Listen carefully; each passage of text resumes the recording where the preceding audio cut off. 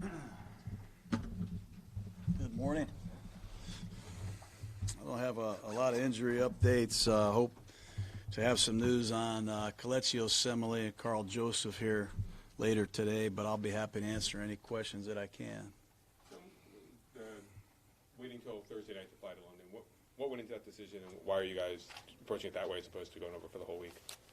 Did a lot of research on it. Obviously, people that have done it, people that have made that cross-country trip from California. I don't know much about it. We're just doing, the best thing we think for our players. Get the proper preparation here, and then go to London, get them the proper rest, time acclimation, and then get ready to play on Sunday. Jon, is this the first game you will have coached overseas? We coached in Tokyo one day. It's a preseason game. That was a great experience. Had a chance to coach in Mexico. Played, I think, when I was with the Raiders, we played the Cowboys. It's my first experience as a regular season game, so I'm excited about it. What do you think of the whole concept of giving up a home game to do this in London? You hate to lose a home game, honestly, but for the betterment of the game, I think it's exciting. Be great for the game of football. Haven't really thought about it much. Obviously, I'm a little depressed today. He didn't play too much yesterday. Was it more of him, or was it, Worley was just impressing you in his first game? Worley played good. Worley's a good player. And, Garion had a couple struggles yesterday. We're trying to find the right mix, trying to find the right mix at a lot of positions. And Darryl Worley's a good player. I think he was second on our team in tackles, and he earned the right to be out there. Have you been part of a team that's rotated cornerbacks as much as you guys have this year? No, I haven't. I haven't been on a team that rotates corners like this, or defensive linemen, or kickers, or offensive tackles. 5 games into the season, it's been tough, but it's a credit to our coaches. Our guys have been ready to play, and they'll continue to be ready to play, and for that I'm excited. When you look back at how you guys defended screen passes, was there something that common that allowed those gains to be big, or were they each kind of individual? It's just, we're not playing them well. We're not playing them well enough. We have to contain the screens. We have to make tackles in space, and got to diagnose them quicker. We've got to read out of the stack with our defensive linemen. All 3 levels, we got to play the screens better. Screens to the back, screens to the tight ends, quick screens to the receivers. It's wasn't good enough yesterday. At the end of the half, when you guys spiked the ball with 11 seconds left for the field goal, would you rather run the clock further down? Because obviously you gave them time, or run a play? Well, yeah, obviously we could have run it down a little bit later. I was contemplating maybe going for it there on 4th down, honestly. But with no timeouts, I made the decision to kick a long-range field goal. We weren't counting on a roughing the passer penalty in that situation. But had I known we were going to for sure kick the field goal, I was wrestling with going for it on 4th down, and without a timeout, I changed my mind. But probably could have managed that a little bit better. One more question on the rotation. You said last week that you want to work toward not having that rotation at corner. You ideally would like just a set group, just to start and kind of flow through the rest of the game. How close do you think you are in terms of that cornerback, identifying who your starters are going to be that you'll stick through all game? I think we're getting closer. I think seeing Conley for the first time helps. We hadn't seen Conley since the last preseason game. He didn't play in the last preseason game. We're just getting Worley again. So we're pretty confident where he is now. Cromartie is a guy we picked up late, had to learn the defense, so we're getting confident that he knows, how to play in this scheme, play multiple coverages and techniques and different assignments. So we're growing towards that, and hopefully it's soon. Would help a lot of us. I'm not sure how much guard experience T.J. Clemmings or Justin Murray has. What was this preparing them for the possibility like? And obviously, fortunately, that situation did not arise. Well, it's tough. It's hard. You know, we have to have a contingency plan at every position. Obviously, with the injuries at right tackle, now at left guard, we've had to move some guys around. And these are young players that just got here that had no training camp with us. So it's a difficult process. We are trying to get as many reps as possible on the practice field. And, again, Tom Cable's doing a great job keeping our guys ready when needed. Urban played a little bit more than 50% of the defensive snaps. He's been right around that number for most of the season. Is that sort of his role now? Last year he played more often. Obviously he was in a different role at that point. But I think so. I think he's he's an edge player. He's a really good edge player. And trying to keep him fresh, trying to keep him doing what he does best. We're not playing a 3-4 defense in the base. You know, he's not able to play outside linebacker. He's playing defensive end full time now. So trying to keep him in, good positions where he can do what he does best. John, there were obviously some positives in the first 4 games of the season, even with the 1-3 start.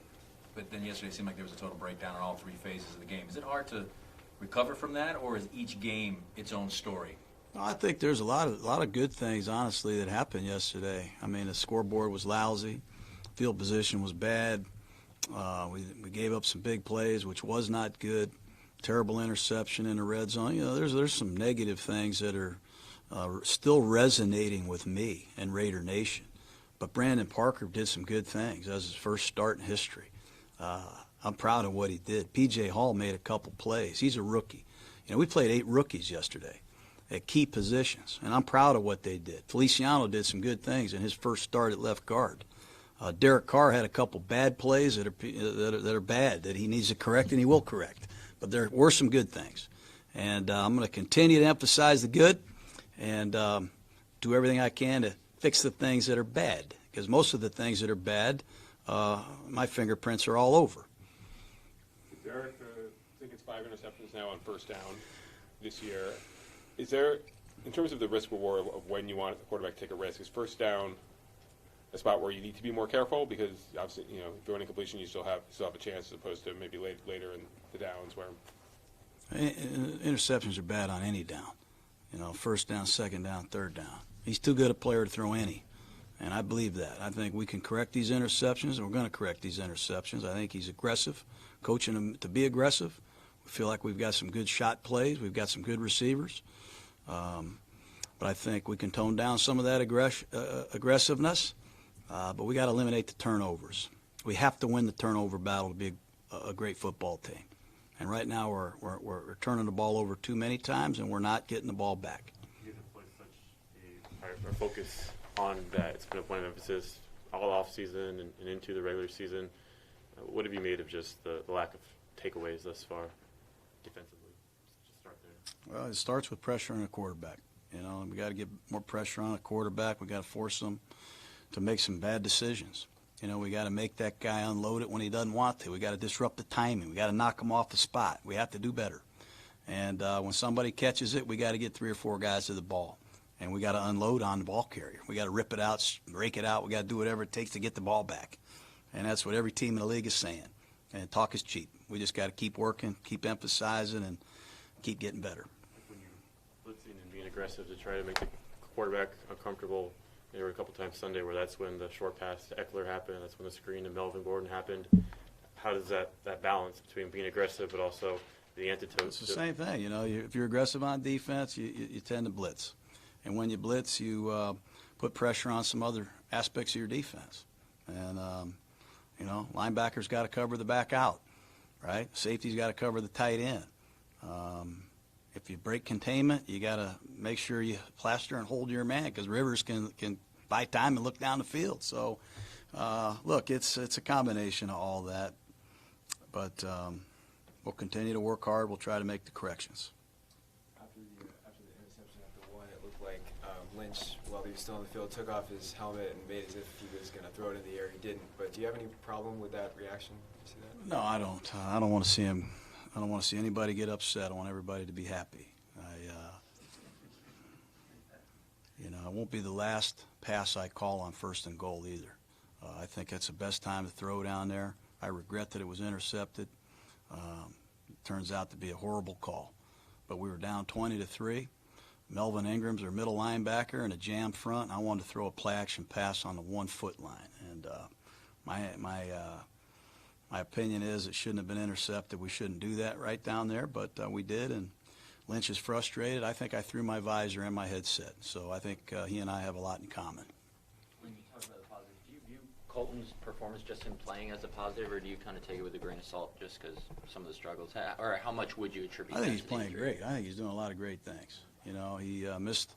I think he has a little soreness in his knee. I think he's proven to be tough. He's won for us in one-on-one pass protection. He's been a great run blocker. He's pulled. He's a rookie. He's an underclassman out of UCLA. I'm really proud of this guy. Love what he's done. I'm really excited about Parker. Did not expect them to play this well this fast. Hopefully they continue to improve and stay healthy, and maybe they can be building blocks for this franchise for a long time. Mario mentioned last night that he had told you and Derek that he was open a couple times.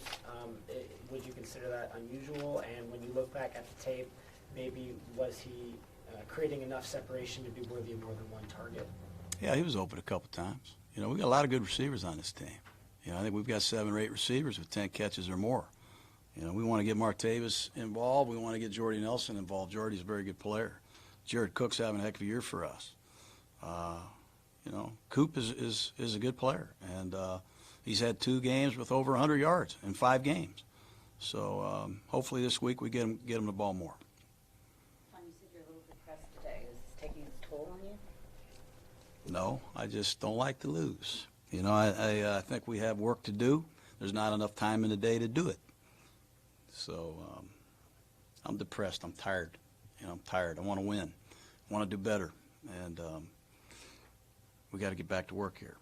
How do you spend I don't know how many hours it takes to get to London direct, but how do you spend that flight, aside from sleeping, I guess? I don't know. I hope I can make it, honestly. I'm not great. You know, I just get claustrophobic. My son was a weightlifter. He won a powerlifting championship in Belarus. I had to fly 14 hours. I had to fly home 14 hours. I had vertigo for a month. You know, I couldn't even lay down. The house was spinning. So I'm hoping I don't get vertigo. I'm not a great traveler. I'll be honest with you. I hate it. I'm not good. So I'm concerned. I'm more worried about that than our goal line offense right now. Have you been to London before? I have not. I'm excited to go over there and make some friends. And my brother got to go as a Redskin. He loved it. And my son got to go as a member of the Redskins. He loved it, so I'm sure I will too. John, you said you weren't really upset with Marshawn throwing his helmet up and being upset after that, but he didn't play another snap after that. Is there a reason for that, or is it just that's the way? Look, we were down 20-3. Okay, we were down 20-3. Wasn't the last play of the Super Bowl. We were down 20-3. All right. It was 1st and goal. We're trying to save as much time as we can. Bang, bang, play action pass. We got into the 2-minute drill after that. We only had a few possessions in the second half. And just so everybody's on the same page, Jalen Richard is one heck of a 3rd down back. He's been our 2-minute back all year for the most part. So that's what you saw. Derek Johnson's snap count has gone down considerably. What's gone into that breakdown as of late? Is it more about Markel, or is it more about what Derek isn't doing? I think it's a little bit more about what Markel's doing. And, again, we're trying to find the right mix in our base defense, in our sub-package, and who we're playing. And that'll continue to be the case this week against Russell Wilson and the Seahawks. You guys good? Okay. I'd like to stay a little bit longer, but got to get back to work. All right? Good to see you guys.